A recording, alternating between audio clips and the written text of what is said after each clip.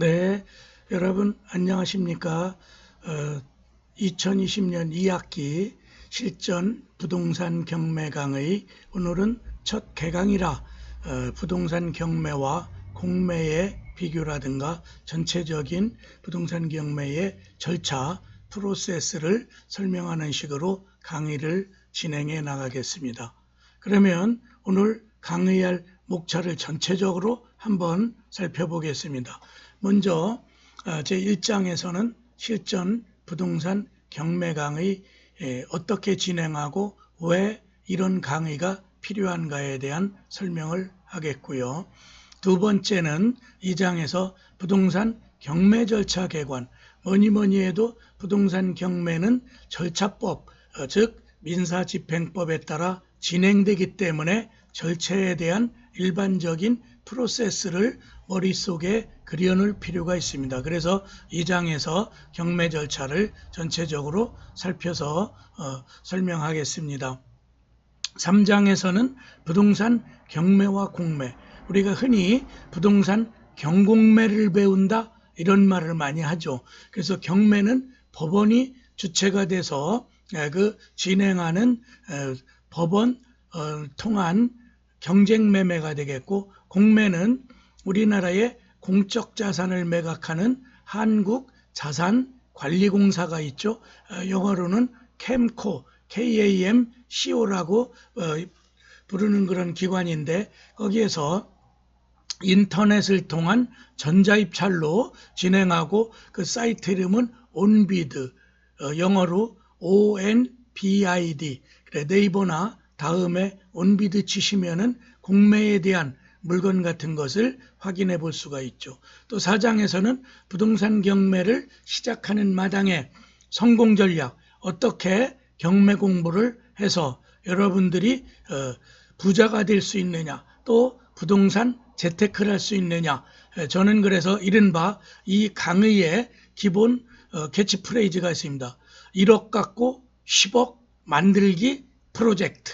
이게 저의 그 부동산 실전 경매, 실전 부동산 경매의 캐치프레이즈입니다. 그 다음에 5장에선 부동산 경매와 또 요즘에 많은 사람들이 관심 있는 NPL, 부실채권이죠. Non-Performed Loan, 그거의 약자인데, 은행에 연체된 채권을 매입해서 경매 절차와 같이 진행해 나가는 이런 부실채권 제도가 있죠. 그게 기존의 부동산 경매보다 마진이 좀 높아요. 한 15% 내외 되거든요. 그거에 따른 재테크의 개요를 설명하겠습니다. 그러면 1장 먼저 강의 들어가겠습니다. 그럼 실전 부동산 경매 강의에 먼저 강의 개요가 되겠죠.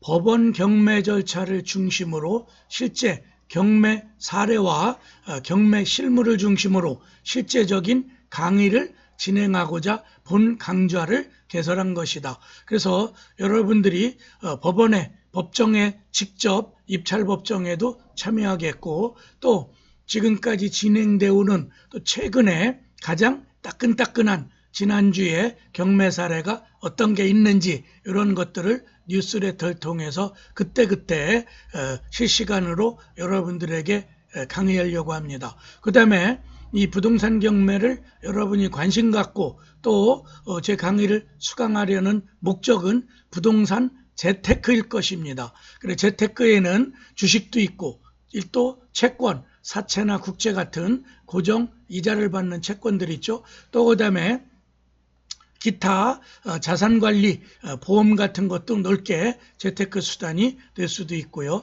그래서 어쨌든 저는 부동산 재테크 중에 그래도 다른 재테크보다는 가장 안정성 있는 재테크이기 때문에 부동산 재테크는 누구나, 국민 누구나 관심을 가질 거고, 또 여러분들이 보유하고 있는 자산 중에 60% 이상이 부동산에 차지하고 있다는 게 일반적 통계 수치죠. 그래서 이 강의에서는 부동산 경매와 공매를 같이 강의하고, 또 나아가 NPL, 그래서 한 학기 15주 강의 중에 13주까지는 부동산 경매의 맨 마지막 단계인 배당, 인도명령까지 명도소송까지 해서 강의를 하고 그 틈머리 14 내지 15강 한 2강 내지 3강은 부실채권인 NPL 강의를 함께 합니다.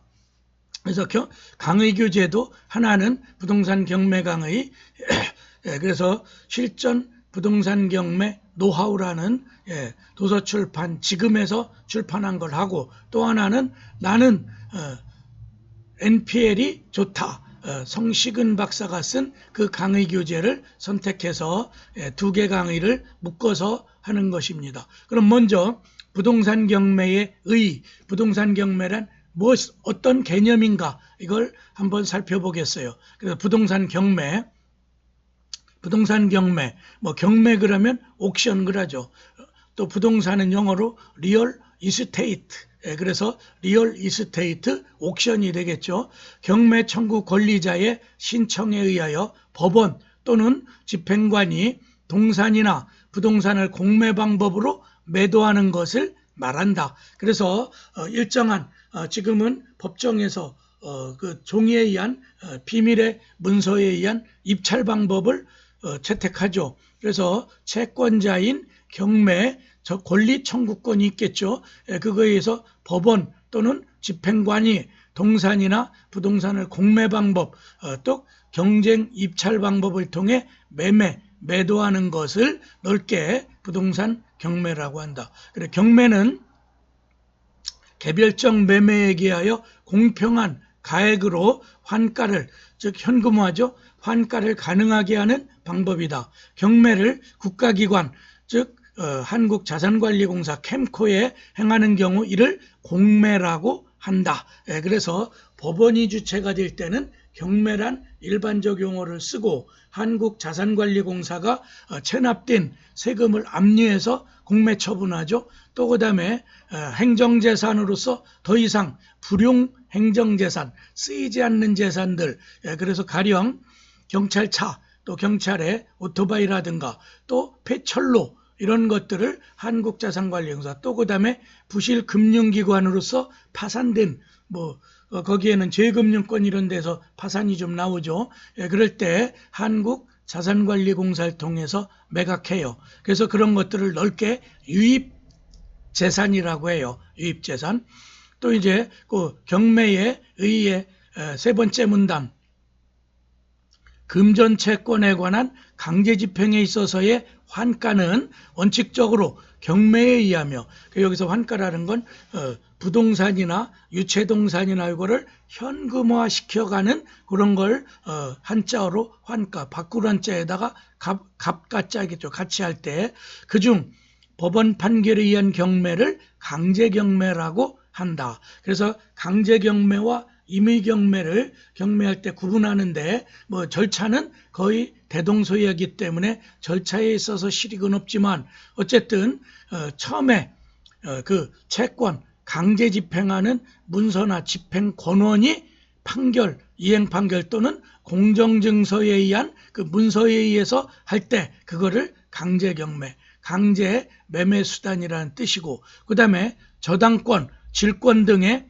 담보권의 실행으로 행해지는 경매는 임의경매, 즉 여기는 국가로부터의 강제문서, 집행권원을 따로 얻을 필요가 없이 이미 저당권을 물권으로 설정했거나 동산에 질권을 설정했다가 채무자가 그 변제기간 내에 변제를 하지 않게 되면 저당권자가 바로 그 저당권을 근거로 경매 신청을 하고 별도의 집행권원, 그 강제집행 문서가 필요하지 않다고 그래서 이른바 임의경매. 그래 우리 민사집행법의 책에는 강제경매를 먼저 쭉 규정해 놓고 뒤에 담보권 실행을 위한 경매, 임의경매를 앞에서 설명한 강제경매 절차를 준용하는 그런 형식을 취하고 있죠.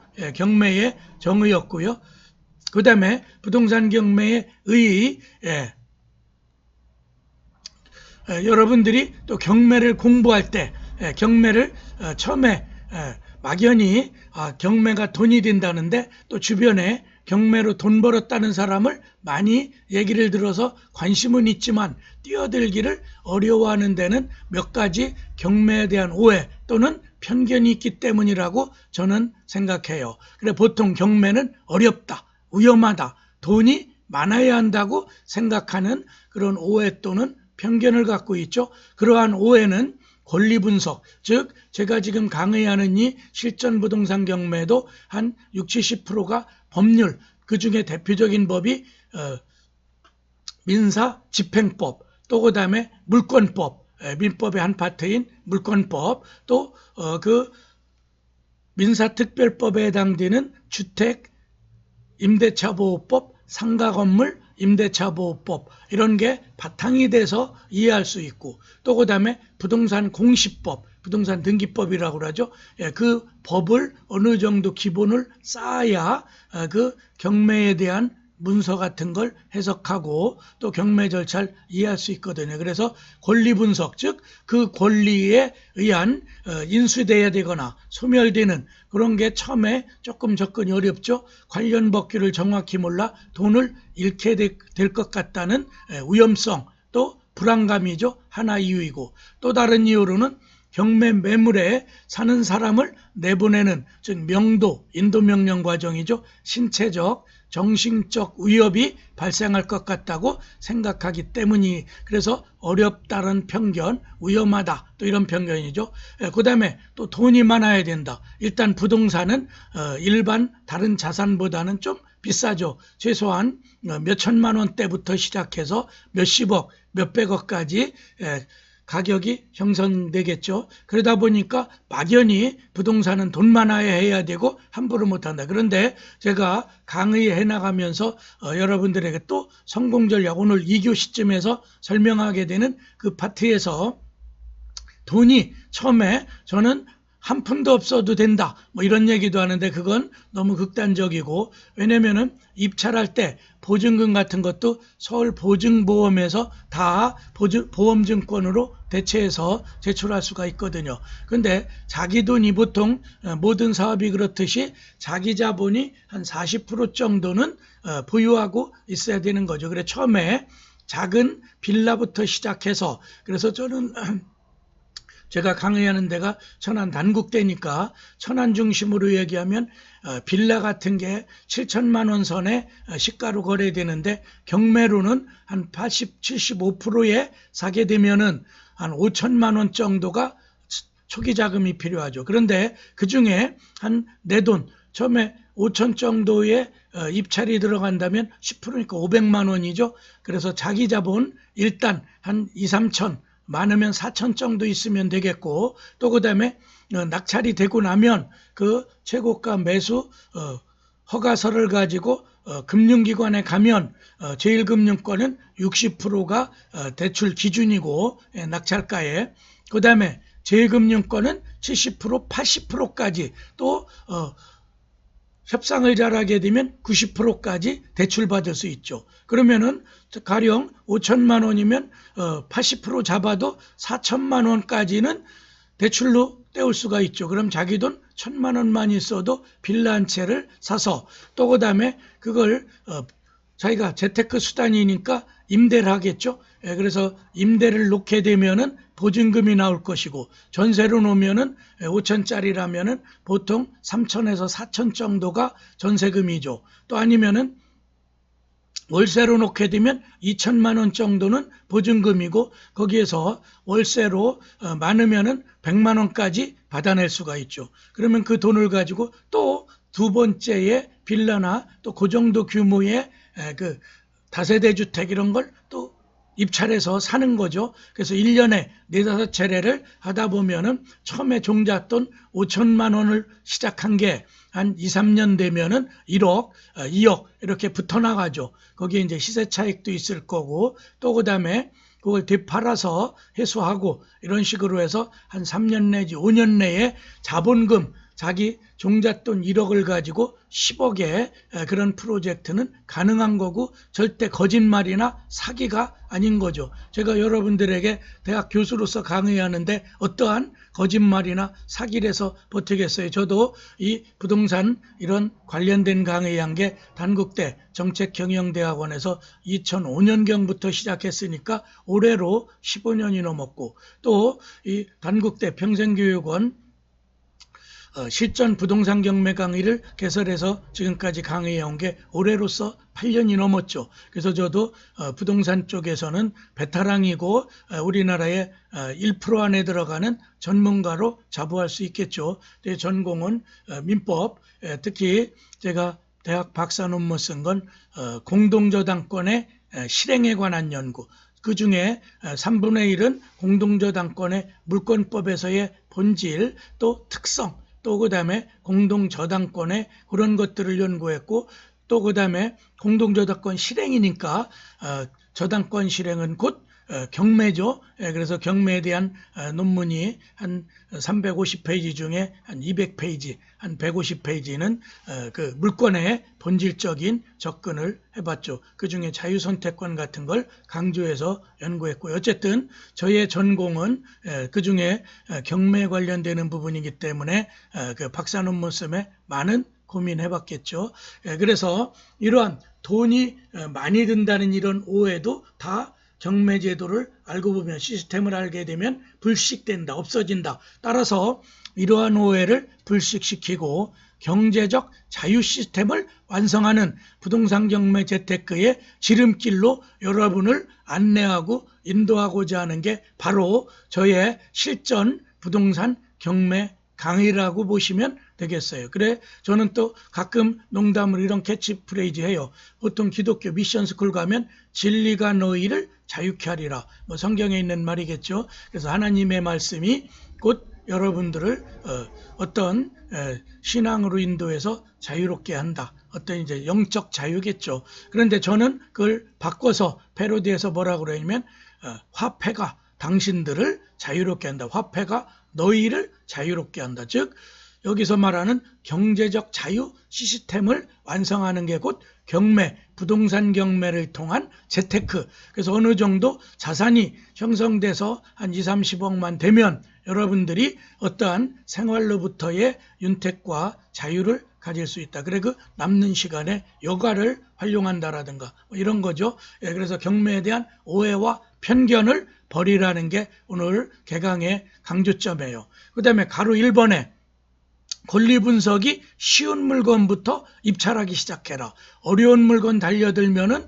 잘못하면 손해볼 수도 있고 권리 분석 잘못으로 인해서 인수하는 권리가 까다로울 수도 있죠. 그래 경매 초보자에게 꼭 권리 분석이 쉬운 물건부터 도전하라고 권한다. 경매를 진지하게 도전해보고 싶다면 어려운 권리를 쉽게 공부하고 관련 물건을 입찰할 수 있다. 그래서 여기 이제 권리 분석이라는 말이 나왔죠. 그걸 용어 설명을 그 밑에 하고 있어요. 별표에.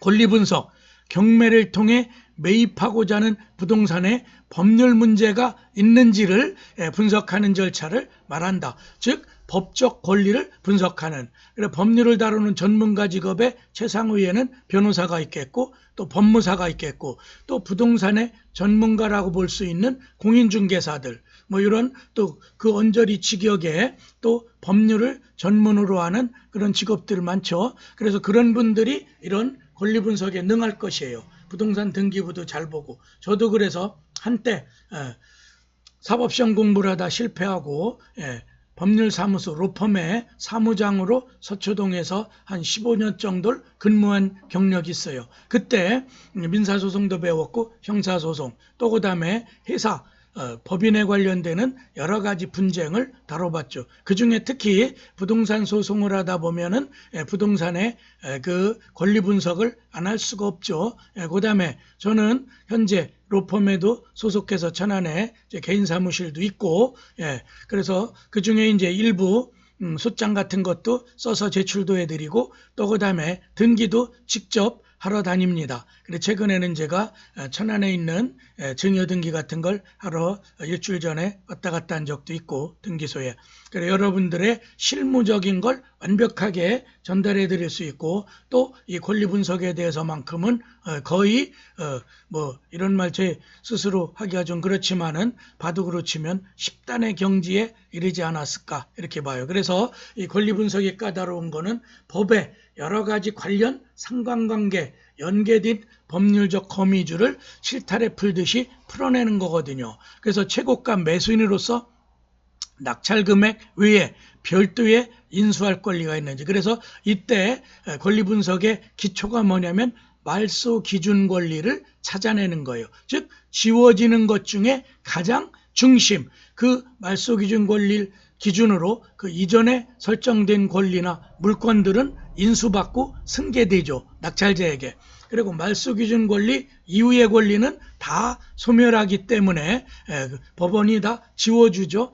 등기소에서. 그렇기 때문에 고민할 필요가 없다. 그래서 권리 분석의 기초는 말소 기준 권리 찾기부터 시작해요. 그리고 말소 기준 권리는 등기부에 을구에 보면은 근저당권 중에 접수번호가 가장 빠른 게 말소 기준 권리 되는율이 한 90%쯤 돼요. 한 10%는 갑구에 가처분, 가압류 또 내지는 요 가등기가 본등기화돼서 그 어떤 그 권리 확정이 될 때, 또 제 최후에는 압류 등기 신청한 그 접수번호가 말소 기준 권리 되는 예도 왕왕 있어요. 그렇기 때문에 권리 분석의 기준은 가장 선순위의 근저당권을 찾아서 그 앞에 용익물권 같은 게 있나, 전세권이나 또 지상권 또 내지는 임차권, 등기된 임차권 얘기하죠. 또 아니면 대항력 있는 주택임대차나 상가임차권이 있는지 이렇게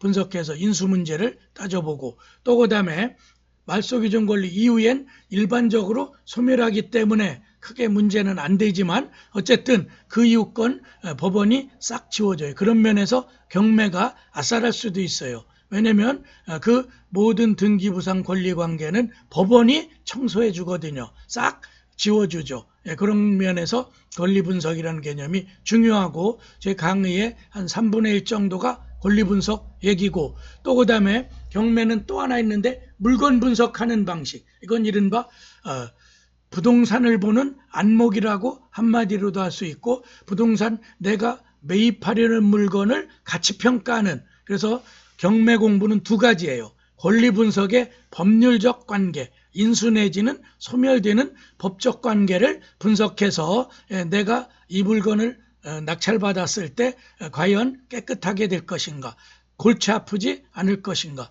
또 하나는 물건 분석, 내가 산 이 물건이 경제적 가치가 어느 정도 있을까, 나중에 매매를 했을 때 매매 차익은 어느 정도 얻을까. 그거는 많은 경험을 요하겠죠. 직접 현장에도 가봐야 되고, 또 부동산을 보는 이른바 안목이라고 그래요. 그래서 모든 사업은 촉이 있어야 되는 거죠. 그 분야에 감각이 있어야 되는 거예요. 그렇기 때문에 경험한 자들이 뛰어들게 되겠고, 그래서 여러분들이 권리 분석은 강의를 통해 어느 정도 해결되지만 물건 분석은 발품을 팔아야 된다. 또 많은 입찰을 통해서 실전 감각을 익혀야 물건 분석의 도사가 될 수 있는 거죠. 그래서 여기서 우리가 생각하는 일반적인 경매는 고위험, 고수익으로 위험도가 높은 편이다. 경제적 자유 시스템, 즉 어느 정도 자본을 구축해 놓고 또 내 자산이 20, 30억 정도 되면 경제적 자유 시스템을 구축했다고 저는 보거든요.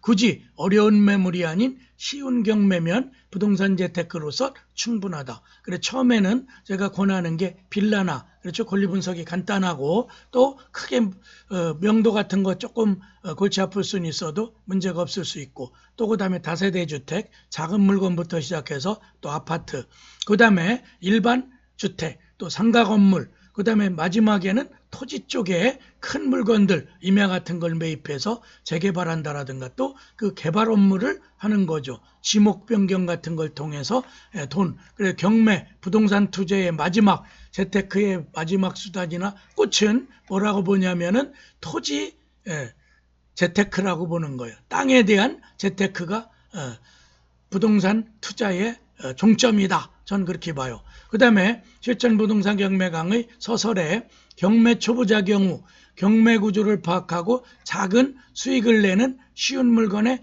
도전하길 추천한다. 부동산 경매를 이제 막 시작할 경우 배당을 받을 수 있고 후순위 임차인이 있는 소형 빌라에 집중해 투자하길 권한다. 또 꼬마 빌딩 뭐 이런 데 작은 거부터 시작하는 거죠. 그 다음에 가로 2번에 실속 있는 소형 빌라로 경매를 시작해라.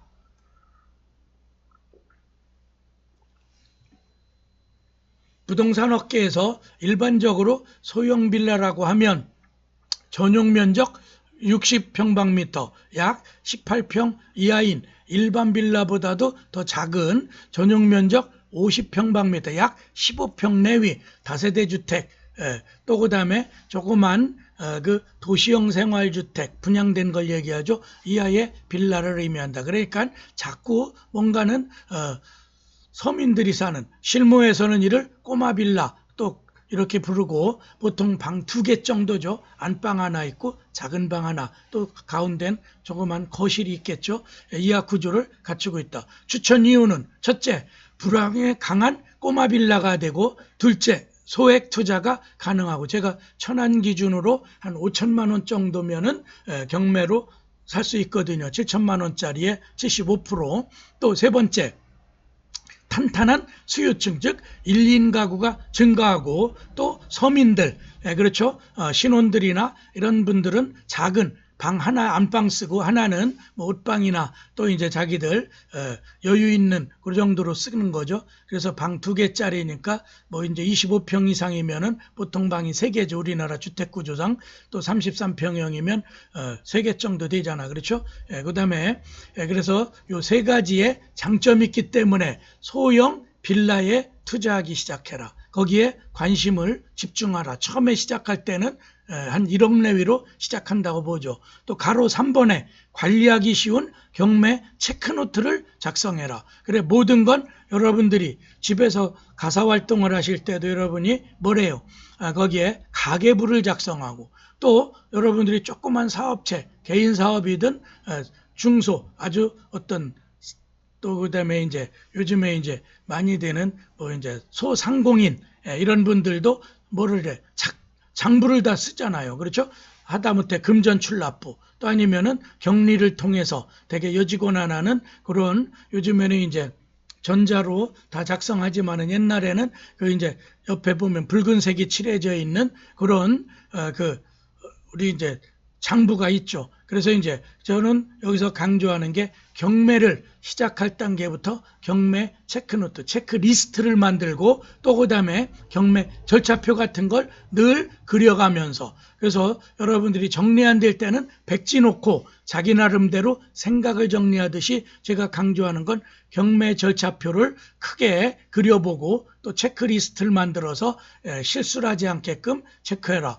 복잡하고 어렵게 느껴질 수 있는 경매를 쉽고 단순하게 만드는 가장 좋은 방법은 스스로 경매 절차에 따른 표, 자기 나름대로 정리 노트를 만드는 거죠. 또 체크리스트를 만들어, 그래서 빌딩 같으면 가서 다 체크해 보는 거죠. 현장에 가서 크랙 같은 건 없나, 또 상권은 어떤가, 이런 걸 한 10몇 가지로 나눠서 만들면 돼. 모든 과정을 한눈에 꿰 수 있을 만큼 정리하는 체크노트 작성하는 걸 저는 여러분에게 시작할 때부터 이런 정리 습관을 가져라. 그 중에 2가지인데, 하나는 경매 절차표, 경매의 전 과정이 한눈에 보이도록 흐름을 정리. 그래, 제 강의 수강하는 분들에게는 제가 경매 절차표를 하나씩 첫 강의 때 나눠드려요. 그 다음에 체크리스트, 단계별로, 그렇죠? 내가 물건에 관심 갖는 단계, 그 다음에 경매 입찰에 응하겠다고 결정하는 단계, 그 다음에 경매 기일에 법정에 가서 입찰하는 당일날 체크할 관계, 또 그 다음에 입찰을 해서 내 최고가로 허가를 받으면 그 다음에 거기에 자금 계획, 그렇죠? 그 전에 입찰 단계부터 다 자금 계획을 세우겠죠. 그 다음에 명도 단계, 명도 내지 인도 명령 단계, 거기가 끝이죠. 그래서 그 부동산을 내가 입찰을 해서 최고가를 써서 나한테 낙찰되면 나한테 점유이전, 명도, 인도가 이루어지면은 종결되는 거죠. 한 사건은 그렇게 돼 있고, 그래서 월세 부자 되는 경매 체크노트는 뭐라느냐, 한눈에 보는 경매 절차표를 우선 작성해 보고 자기 노트에다가, 또 현미경 현장조사를 위한 체크리스트. 그래서 이제 한 10가지 정도를 여기에다 항목으로 넣고, 또 이기는 낙찰가 자동 계산표라든가 뭐 엑셀 같은 걸로 만들어서 그걸 매번 정리해 나가는 거죠. 또 입찰 당일 낙찰 마인드셋 체크리스트. 입찰 당일날 냉정해져야 되거든요. 법정에 가보면 어느 날 꽉 차기도 하고 전부 내 물건에, 그때는 이제 뭐 전부 비밀로 하니까 모르잖아요. 많은 사람이 다 내 물건을 살려는 거야. 그때 마인드 컨트롤을 해서 냉정하라. 그렇죠? 아주 내가 입찰 예정가를 정한 거에 흔들리지 마라. 뭐 이런 마인드셋 체크리스트, 항상 원점으로 돌아가는 거죠. 그 다음에 명도, 또 내지는 명도 받고서 낡았다면 공사 같은 것 좀 해야 되겠죠. 도배, 또 계약까지 꼼꼼 관리 체크리스트. 그래서 제가 수업 시간에는 이런 걸 체크하는 것이다. 그래서 한 10가지를 제시해 드려요. 또 보유물건 종합관리 노트 작성법. 이제 부동산이 처음에 시작할 땐 투자 부동산이 하나겠지만 자꾸 늘면은 이제 몇 건이 될 것이고, 그걸 전체적인 부동산 관리 노트 같은 게 또 필요하겠죠. 그래야 월세 관리 같은 것도 하고, 또 보수 수선 같은 것도 그 연차별로 해나갈 수 있죠. 그 다음에 가로 4번에 돈이 드는 지역이 갖춘 6가지였고, 이게 중요하겠죠. 오늘 하이라이트가 될 수도 있어요. 부동산의 가치는 지역뿐만 아니라 타이밍. 그래, 우리가 부동산 투자는 물건에, 부동산에 투자하는 게 아니라 타이밍에 투자, 즉 미래 가치에 투자하는 것이라고 말하죠. 따라서 다를 수 있다. 예를 들어 서울의 집값은 내려가도 개발 계획이 잡히거나 혹은 진행 중인 지방 도시가격 지역이 오히려 더 뛰죠. 요즘에 가장 핫한 지역이 세종 지역 아니에요?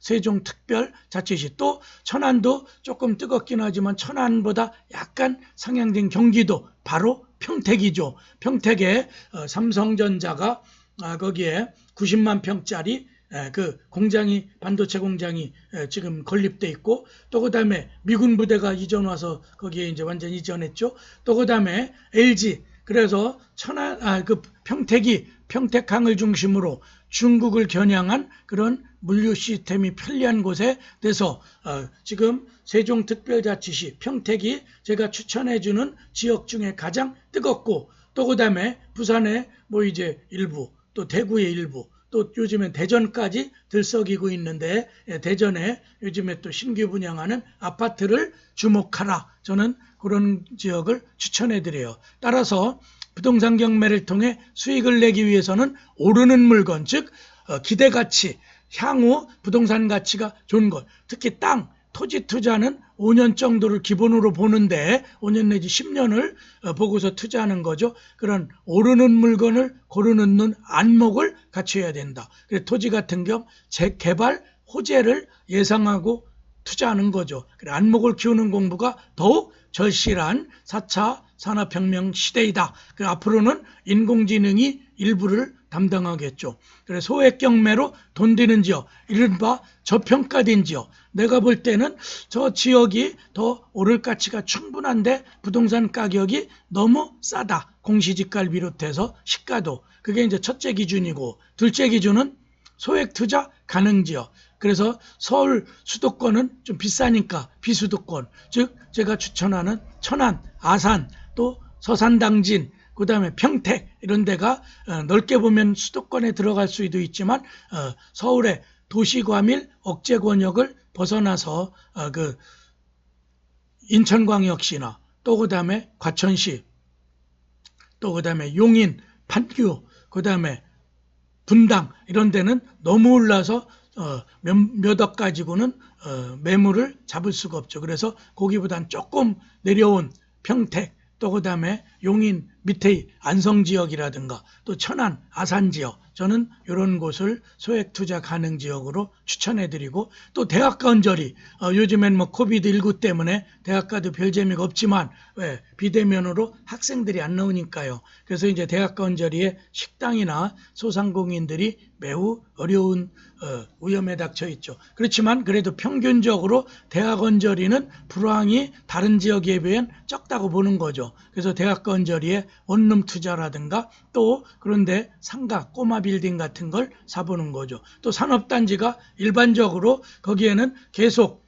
그 공장들이 드나들기도 하는 그런 규모가 클수록 좋겠죠. 그래서 천안 중심으로 얘기하면 5산업단지 지금 분양이 다 끝나서 입주가 거의 이제 100% 찼죠. 또 그다음에 개발되는 개인 산업단지. 제가 아시는 분도 탕정 지역의 일반 산업단지를 지금 이제 추진하고 있고 지금 조만간에 이제 토지 매입이 끝날 듯해요. 그다음에 고용인구 증가 지역. 늘 사람이 많은 곳에 돈이 몰리는 거죠. 그래서 우리가 서울 왜 서울 특별시예요. 인구도 가장 많고 부가 거의 3분의 2가 몰려 있잖아요. 그러다 보니까 똘똘한 한 채 그래서 서울 강남이 아니더라도 어디 지금은 이제 강서지구 그래 김포공항 쪽으로 나가는 관문 또 요즘에는 제가 옛날에 살던 관악지역 또 강북지역에도 도봉구까지 전부 특히 문재인 정권의 한 40% 정도가 부동산 가치가 서울 중심으로 보면 뛰었다고 보죠. 그래 공공기관 및 기업 이전 지역 이런 데가 고용인구 증가 지역. 그래 여러분들이 상권 분석하고 입지할 때는 배후의 아파트 단지가 얼마인지 뭐 이런 거라거든요. 또 1인 가구 유입 지역. 그런데 원룸이나 이런 게 중요하죠. 그런데 또 24시 편의점 같은 게 그 상가주택이라고 그러죠. 그런데 투자하는 거죠. 그래 소액 경매로 돈 되는 지역을 이렇게 한 6가지 기준을 보고 부동산을 여러분들이 눈여겨보기 시작하면 눈이 확 트이면서 이젠 안목이 생기죠.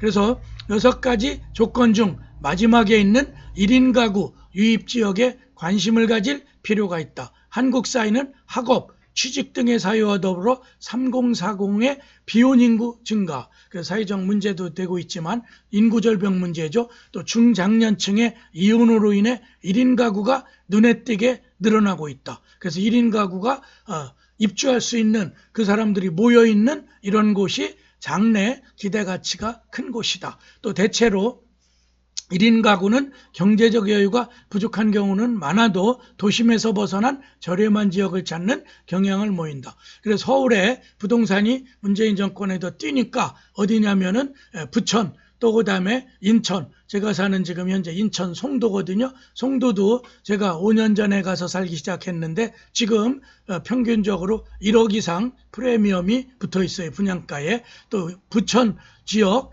1인 가구 유입으로 관련 부동산 가격이 상승하기도 했었다. 이 6가지 조건이 복잡하게 보인다면 수요가 있는 곳은 예외 없이 오른다. 그렇죠?